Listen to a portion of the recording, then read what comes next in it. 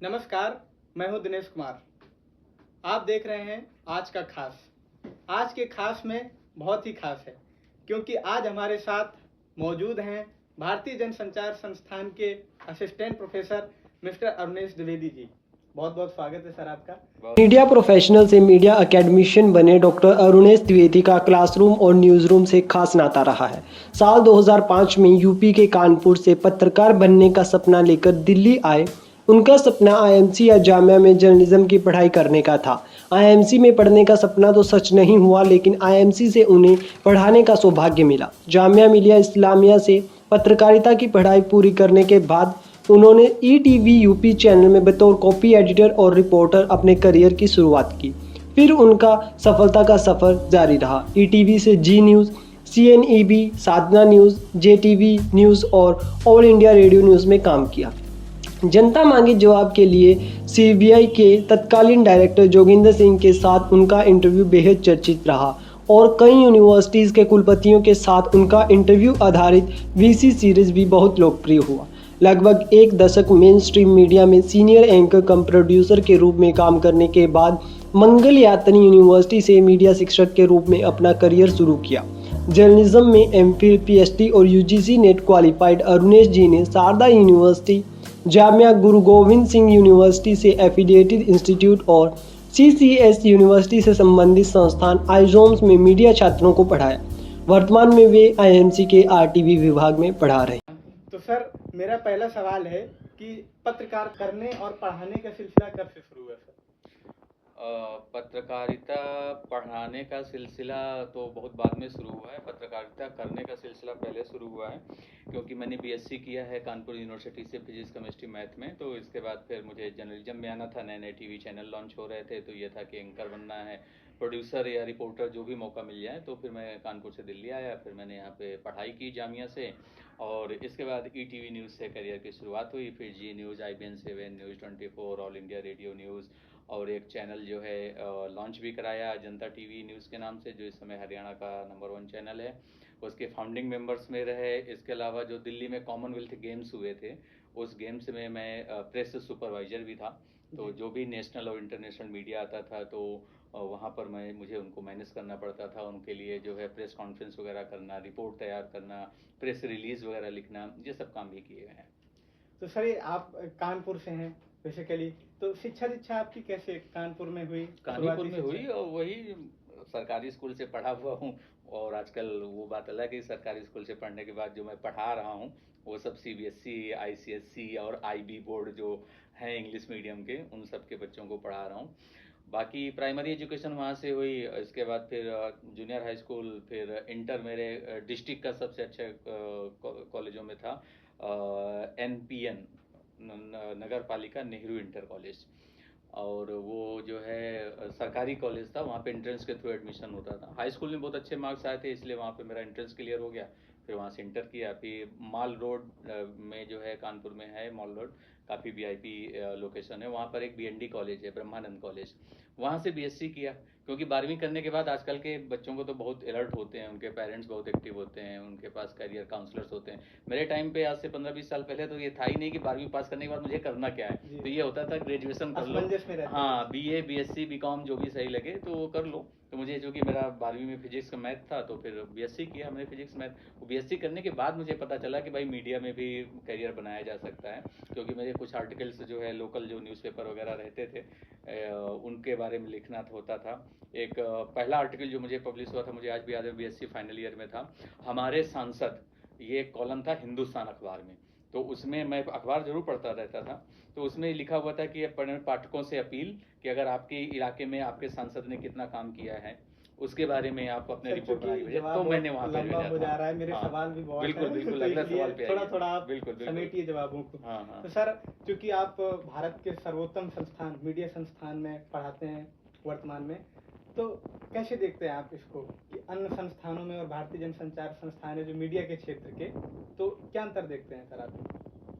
अन्य संस्थान सूरज के जो बराबरी नहीं कर सकते, क्योंकि अन्य संस्थान जो है छोटे छोटे चमकने वाले जुगनू की तरह क्योंकि हैं। आपने कई संस्थानों में और पढ़ाया ये भी है, संस्थान सूरज है। मैंने प्राइवेट आपके में जवाब भी, का सवाल सरकारी का में जवाब भी। दे दिया ना जी कि सर। जो अन्य संस्थान हैं वो आसमान में टिमटिमाते हुए तारे हैं, और जो IIMC है वो आसमान में चमकने वाला सूरज है।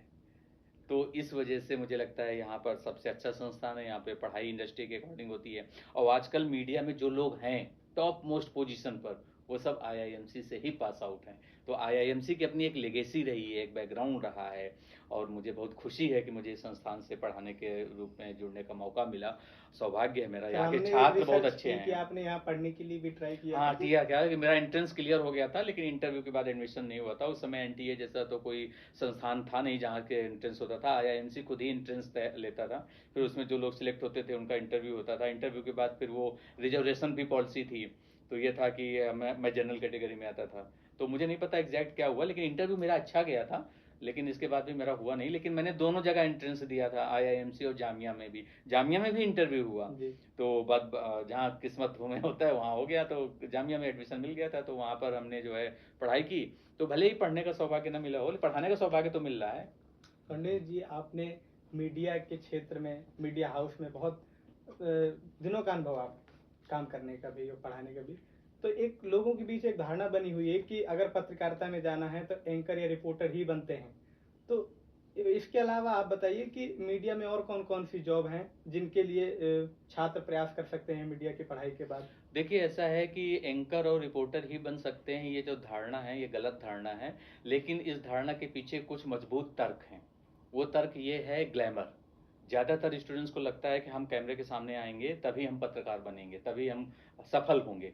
सफलता का ये पैमाना नहीं है, क्योंकि एंकर और रिपोर्टर सिर्फ दो ही लोग नहीं होते। उसके अलावा कंटेंट राइटर, प्रोड्यूसर, आजकल तो डिजिटल मीडिया आ गया है, उसके लिए हमें लोग चाहिए।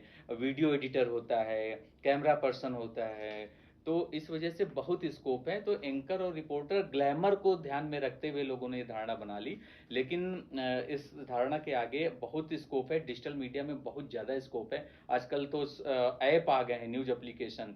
रीजनल लैंग्वेज में बहुत स्कोप है। BBC ने भी अपने रीजनल प्लेटफॉर्म लॉन्च किए हैं, उनकी वेबसाइट है, उनका यूट्यूब है। तो वहाँ के लिए आप तैयारी कर सकते हैं कि अगर आपको अच्छे से मराठी आती है, बंगाली आती है, तमिल या तेलुगु या पंजाबी, तो आप उस चैनल में डायरेक्ट अप्रोच कर सकते हैं। तो डिजिटल में भी स्कोप है। तो ये धारणा अब धीरे धीरे समय के साथ बदल रही है।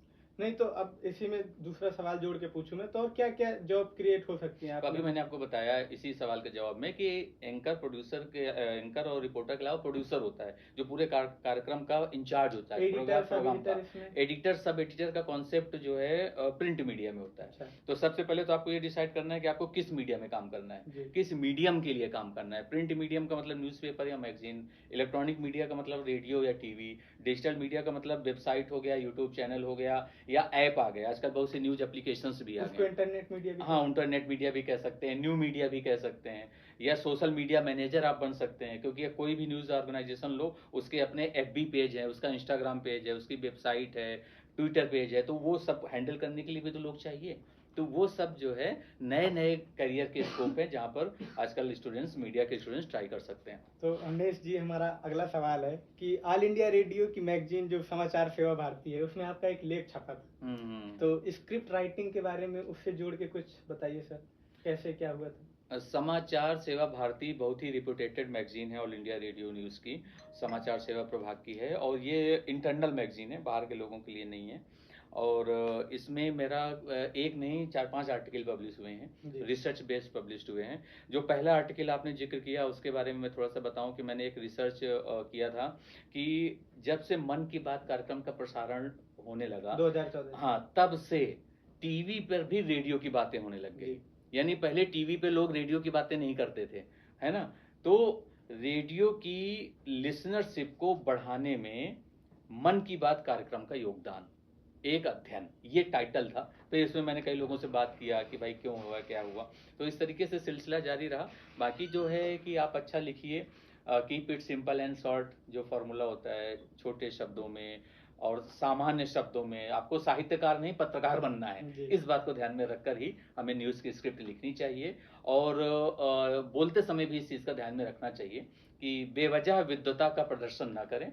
आपका काम है खबर को लोगों तक पहुंचाना, और जो लोग हैं वो मिडिल क्लास का भी है, लोअर मिडिल क्लास का भी है। तो इस वजह से सामान्य जो भाषा है, उदाहरण के तौर पर आप सुप्रीम कोर्ट लिखिए, सर्वोच्च न्यायालय मत लिखिए, उच्चतम न्यायालय मत लिखिए। लेकिन ये डिफर करता है ऑर्गेनाइजेशन टू ऑर्गेनाइजेशन। एक मीडिया ऑर्गेनाइजेशन का कुछ अपना स्टाइल शीट है, दूसरे मीडिया ऑर्गेनाइजेशन की कुछ और है। तो जिस भी मीडिया ऑर्गेनाइजेशन को आप ज्वाइन करते हैं उसके अकॉर्डिंग आप अपना जो है तैयारी कर सकते हैं।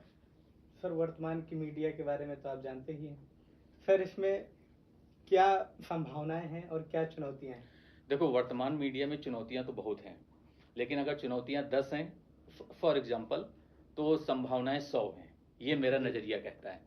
चुनौतियां क्या है, पहले उस पर चर्चा करते हैं। कहते हैं कि निगेटिव पॉइंट्स पे पहले फोकस करना चाहिए। तो सबसे बड़ी जो क्राइसिस है क्रेडिबिलिटी की, सबसे बड़ी चुनौती है कि आम जनता के मन में किसी भी चैनल के प्रति, किसी भी अखबार के प्रति, किसी भी पत्रकार के प्रति वो विश्वसनीयता का भाव नहीं है। मतलब आम जनता जो है वो ये सोचती है अरे ये पत्रकार बिका हुआ है, ये चैनल बिका हुआ है। तो ये जो भावना है ना, ये भावना लोगों के दिलों पर घर कर गई है। ये बनी कैसे, उनके जन्म ये भावना ऐसे बनी, चंद हैं ऐसे महान लोग, मैं क्या कहूँ, व्यंग है ये, कि जिन्होंने पत्रकारिता की पवित्रता को ध्यान नहीं दिया। उस पर भी आएंगे सर, पवित्रता तो पर भी इस वजह से ही ये क्रेडिबिलिटी क्राइसिस हुई। भाई, अगर कोई भी प्रॉब्लम आपको का सॉल्यूशन पाना है तो सबसे पहले उस प्रॉब्लम को समझना पड़ेगा। तो सवाल ये है कि क्रेडिबिलिटी क्राइसिस क्यों है, तो उसका जवाब ये है कि कुछ लोग जनता की आवाज ना उठा करके किसी पॉलिटिकल पार्टी की आवाज उठाते हैं, किसी नेता की आवाज उठाते हैं। कुछ पत्रकार का काम ना करके पक्षकार का काम करते हैं। तो ये जनता आजकल बहुत जागरूक हो गई है, तो वो समझ जाती है, इसीलिए उनकी जो क्रेडिबिलिटी है वो डाउन हो जाती है। मेरा एक किसी से जुड़ा हुआ ऑब्जेक्टिव सवाल है कि आज के समय में सोशल मीडिया ज़्यादा क्रेडिबल है कि मेन स्ट्रीम मीडिया? नहीं, सोशल मीडिया को तो मैं क्रेडिबल नहीं मानता हूँ। उसकी वजह यह है कि सोशल मीडिया में आम यूजर्स हैं, उसको हम यूजीसी कंटेंट बोलते हैं, यूजर जनरेटेड कंटेंट। वो जर्नलिज्म बैकग्राउंड से नहीं है, जर्नलिज्म की समझ नहीं है। और वो कहीं भी उन्होंने देखा है तो उसको वीडियो बना दिया, अपलोड कर दिया। फेक न्यूज़ की 90% जो प्रॉब्लम्स आती हैं वो सोशल मीडिया के जरिए ही आती हैं, व्हाट्सएप के जरिए भी आती हैं। कोई गाइडलाइन नहीं, गाइडलाइन तो सरकार ने इशू किया है, IT एक्ट है उसके तहत है, लेकिन वो उसको मानता कौन है? मेन स्ट्रीम मीडिया की जिम्मेदारी ज़्यादा है, क्योंकि वहाँ पे तो सब जर्नलिज्म बैकग्राउंड से हैं, वो उनका प्रोफेशन ही जर्नलिज्म का है। तो जब आपका व्यवसाय ही पत्रकारिता का है तो पत्रकारिता के जो सिद्धांत हैं, जो मापदंड हैं, जो नैतिकता है, उसका पालन उनको करना चाहिए। अरुणेश जी, अभी हाल ही में 14 सितंबर को राष्ट्रीय हिंदी दिवस के रूप में मनाया जाता है, तो पूरे देश में, भारत में हिंदी पखवाड़ा दिवस के रूप में मनाया जा रहा है। हिंदी पखवाड़ा मनाया जा रहा है और हम देखते हैं कि हिंदी भाषा हमारी जो है पत्रकारिता में अंग्रेजी की तुलना में कमतर दिखाई देती है। इसको आप कैसे देखते हैं? ये तो हिंदी और अंग्रेजी का द्वंद्व है जो सदियों से चला आ रहा है और मुझे लगता है सदियों तक चलता रहेगा। हाँ, उसकी वजह भी मैं बता दूं। ये हिंदी का मैं दुर्भाग्य ही मानूंगा कि आज की तारीख में सबसे ज्यादा बड़ा मार्केट हिंदी का है, लेकिन इसके बाद भी हिंदी में काम करने वाले जो पत्रकार हैं, हिंदी में काम करने वाले जो एक्टर हैं, जो हीरो हैं, जो हीरोइन हैं, वो इंग्लिश में बात करना अपनी शान समझते हैं। और उनको फॉलो करने वाले जो उनके फॉलोअर्स हैं, जो यूथ है, वो इंग्लिश में बात करने को उसका पहचान ये मान लिया गया है कि वो ज़्यादा विद्वान है, वो ज़्यादा टैलेंटेड है, वो ज़्यादा नॉलेजेबल है। अगर आप अच्छी इंग्लिश बोलते हैं तो आप ज़्यादा अच्छे हैं, आप अच्छी हिंदी बोलते हैं तो आप बैकग्राउंड है, मतलब आप रूरल एरिया से हैं। ये जो भेदभाव है ना, ये मिटना चाहिए। दूसरी बात, सरकारी स्तर पर भी उतने प्रयास नहीं किए गए। जो आपने वेतन वाली बात की, मेन तो सैलरी स्ट्रक्चर है, आपका बिल्कुल कहना सही है कि हिंदी मीडिया और अंग्रेजी मीडिया दोनों ही मीडियम में एक ही रिपोर्ट छपी है और दोनों दोस्त हैं। फॉर एग्जाम्पल, एक हिंदी में काम कर रहा है, हिंदी के किसी न्यूज़पेपर में या हिंदी के किसी चैनल में, और दूसरा इंग्लिश के किसी चैनल में या इंग्लिश के पेपर में काम कर रहा है, उनके सैलरी में बहुत बड़ा डिफरेंस होगा। जबकि मार्केट कितनी है उस रिपोर्ट को ज़्यादातर लोग देखते हैं जो हिंदी वाले हैं। तो ये मैं दुर्भाग्य कहूँगा। दूसरी बात ये है कि हिंदी राजभाषा है, राष्ट्रभाषा नहीं है। तो ये भी एक पॉइंट है कि हमारी सरकार इसको राजभाषा से राष्ट्रभाषा कब बनाएगी, इस पर लेके भी पॉलिटिक्स होने लग जाती है। फिर साउथ इंडिया के स्टेट्स आ जाते हैं, वहाँ पे हिंदी विरोध एक बहुत बड़ा मुद्दा है। तो मुझे लगता है कि हिंदी में स्कोप बहुत है, नो डाउट, पैसा थोड़ा कम है, लेकिन जो असली पत्रकार है ना, वो पैसों के लिए से ज़्यादा अपने संतुष्टि के लिए काम करता है, जॉब सेटिस्फैक्शन, कि उसकी रिपोर्ट से कितने लोगों का फायदा हुआ।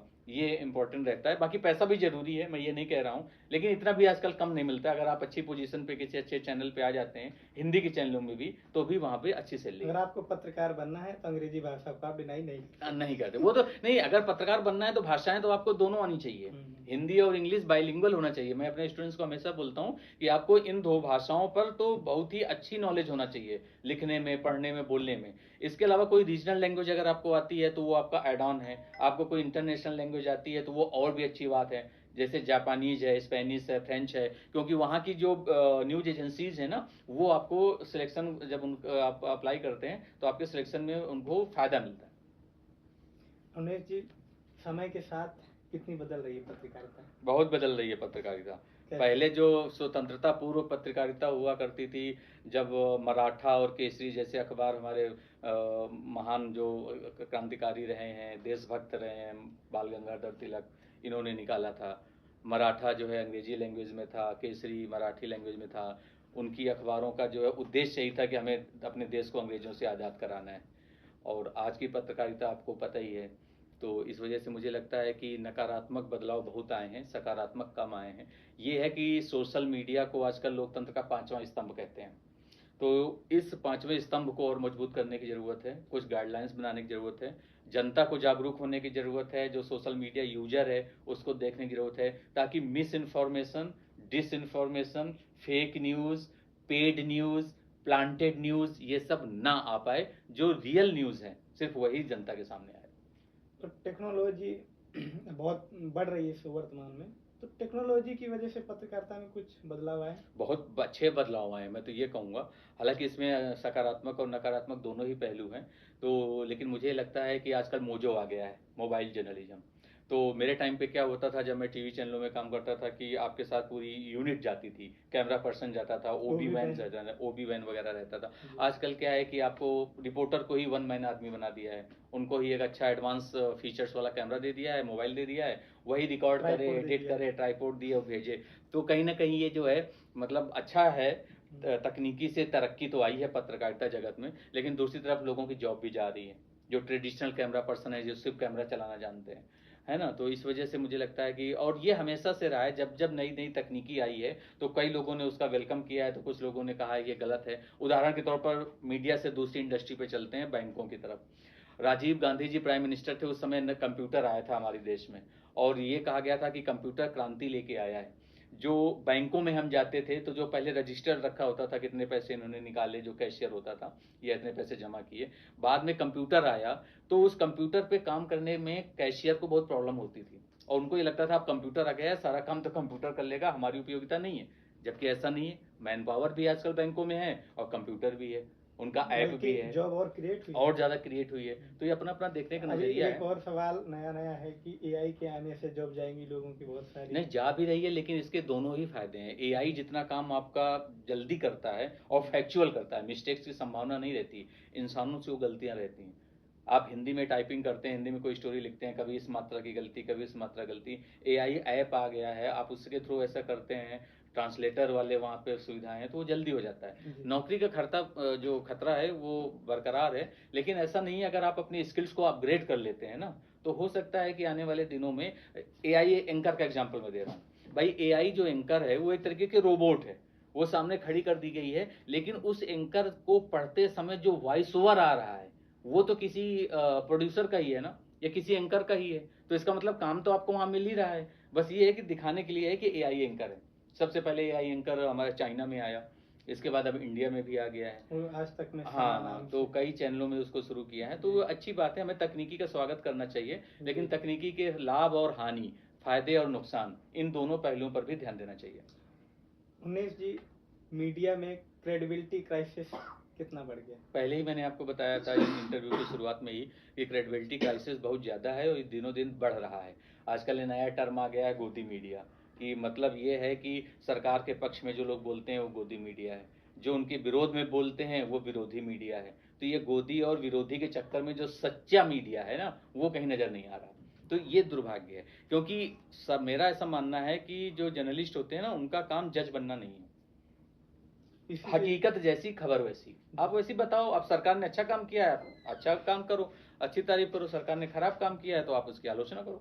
इसी से जुड़ा हुआ एक अगला प्रश्न है कि जो मेन स्ट्रीम का मीडिया है वो आम जनता की आवाज़ कब उठाएगा? उठाना चाहिए, जब वो जो है आम जनता से जुड़े हुए मुद्दों को उठाएगा और पब्लिक इंटरेस्ट पर ध्यान देगा, ना कि प्रॉफिट इंटरेस्ट पर ध्यान देगा। आजकल तो सब कुछ पैसा हो गया है। और दूसरी बात, जो एडिटर है ना, वो एडिटर की भूमिका में रहे, मैनेजर की भूमिका में ना है। आजकल कई चैनलों में ये नया कॉन्सेप्ट आ गया है कि जो CEO है वही उस चैनल का एडिटर इन चीफ है। मतलब संपादकीय निर्णय लेना अलग समझ को दिखाता है, और वहां पर मार्केटिंग और सेल्स से जुड़े हुए डिसीजन लेना, उसके लिए अलग क्वालिटी चाहिए। इनका जो घालमेल कर दिया गया है ना, इसी वजह से क्रेडिबिलिटी और डाउन हो रही है। थोड़ा हार्ड सवाल पूछ लेते हैं। अरे बिल्कुल, थोड़ा नहीं, पूरा हार्ड पूछो। मैं हार्ड सवालों का बहुत ही सिंपल जवाब देता हूँ। पत्रकारिता में पवित्रता कितनी बची है? 10%। कैसे? वो ऐसे कि अभी भी कुछ ऐसे जर्नलिस्ट हैं, मैं अक्सर एग्जांपल देता हूँ, रामचंद्र छत्रपति, जो कि एक छोटा सा इवनिंग न्यूज़पेपर निकालते थे, छोटा सा उनका स्टाफ था, और जो बाबा राम रहीम का हरियाणा में हुआ है, पहली बार उन्होंने ही उजागर किया था। ठीक है ना? तो इस वजह से मुझे लग रहा है कि पत्रकारिता है और हमेशा रहेगी। और ऐसा नहीं है कि आजकल थोड़ा ज़्यादा बदनाम है, ज़्यादा क्रेडिबिलिटी क्राइसिस है, लेकिन हमें पत्रकारिता कभी पूर्ण रूप से पवित्र रही नहीं, खास तौर पर स्वतंत्रता के बाद।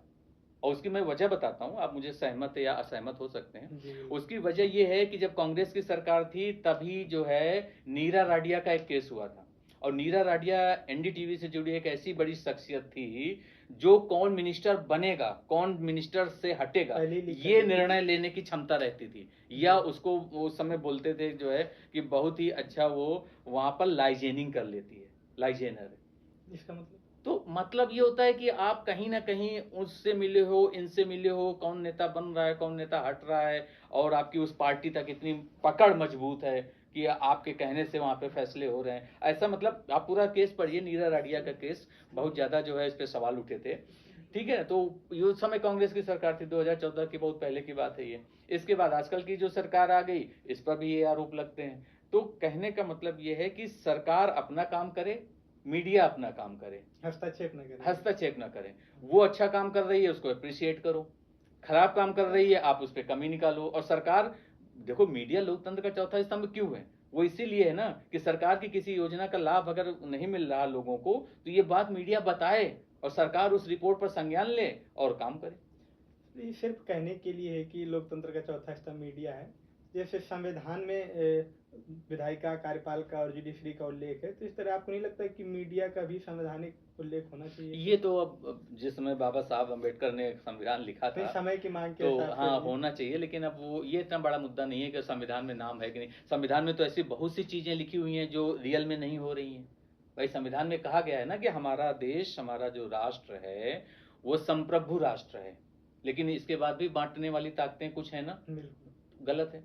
हमारे संविधान में लिखा है कि हमारा देश जो है लोकतांत्रिक देश है, सेकुलर कंट्री है, इसके बाद भी मेरा रिलीजन तुम्हारे रिलीजन से ज्यादा अच्छा है, या हमारी शोभा यात्रा निकल रही है पथराव हो रहा है, या उनका जुलूस निकल रहा है पथराव हो रहा है, तो ये सब कहाँ है? तो इतनी मतलब संविधान के अनुसार अगर ये देश चल जाए ना, तो मैं यकीन बता सकता हूँ कि हम सच्चे अर्थों में विश्व गुरु बन जाए। हम सच्चे अर्थों में बहुत ही अच्छे नागरिक, बहुत ही अच्छे इंसान और बहुत ही अच्छे देश बन जाए, अगर संविधान में जो बातें लिखी हुई हैं उसका सब कोई पालन करे, सरकारें पालन करें, पार्टी पालन करे, यहाँ के लोग भी पालन करें। और संविधान में 2 बातें लिखी हैं, मैं वो आपको बता देता हूँ। पहला, हमारे मूल कर्तव्य, फंडामेंटल ड्यूटीज और फंडामेंटल राइट्स। तो हमारी जो ड्यूटीज हैं हमारे, उनको हम कितना पालन करते हैं? भाई अधिकार और कर्तव्य एक ही सिक्के के 2 पहलू हैं। हमारे देश के लोग क्या करते हैं कि अपने कर्तव्यों की बात नहीं करेंगे, अधिकारों की बात, हमें ये चाहिए, हमें वो चाहिए। अरे भाई आपका भी तो कर्तव्य बनता है कि आप पब्लिक प्रॉपर्टी को नुकसान न पहुंचाएं, आप शांति से अपना धरना प्रदर्शन करें, अपनी बात को वहां तक पहुंचाएं। तो सरकारों का भी ये फर्ज बनता है कि आपके खिलाफ अगर कोई बोल रहा है तो इसका मतलब ये नहीं है वो राष्ट्रद्रोही है, वो देशद्रोही है। वो सरकार के खिलाफ बोल रहा है, वो मिनिस्टर के खिलाफ बोल रहा है, तो आप उसकी बात को सुनो, समझो, जांच पड़ताल करो, आलोचना सहने की क्षमता होनी चाहिए। लेकिन इसको लोग देश से जोड़ देंगे, देशद्रोही कह देंगे, सर्टिफिकेट बांटने लग जाएंगे। तो मुझे लगता है हर लेवल पर परेशानियां हैं। अगर हर लेवल पर संविधान की लिखी हुई बातों को हम मान लें और उनके अपने जीवन में उतार लें, तब यकीन मानो कि स्वर्ग बन जाए। ये जो राम राज्य की परिकल्पना है ना, जो महात्मा गांधी ने देखी थी, वो सच में साबित हो जाएगी। आपने थोड़ी देर पहले गोदी मीडिया की बात की, गोदी मीडिया, विरोधी मीडिया, बहुत चर्चा होती है, कहाँ है सच्चा मीडिया? सच्चा मीडिया कहीं रास्ते में है, रास्ता भटक गया है, वो आ जाएगा कभी जो है बहुत मंजिल तक पहुंच कैजुअल ही जवाब जाएगा। दे रहे हैं हाँ, वो वैसे उसकी आप। वजह ये है कि सच्चा मीडिया जो है मीडिया के लोग ही रहेंगे। जी। मेरा तो यही कहना है कि ना किसी को गोदिया मीडिया कहो, ना किसी को विरोधी मीडिया कहो, मीडिया को मीडिया ही रहने दो, इसका कोई और नाम ना दो। और मीडिया वाले अपनी जिम्मेदारी और अपनी जवाबदेही अच्छे से जाने समझें, जनता की आवाज़ उठाएं, पब्लिक इंटरेस्ट पे काम करें, प्रॉफिट इंटरेस्ट पे काम ना करें। मेरा आखिरी सवाल है सर, चूंकि आप एकेडमिक्स से भी जुड़े हैं, तो छात्रों के लिए क्या संदेश देना चाहेंगे?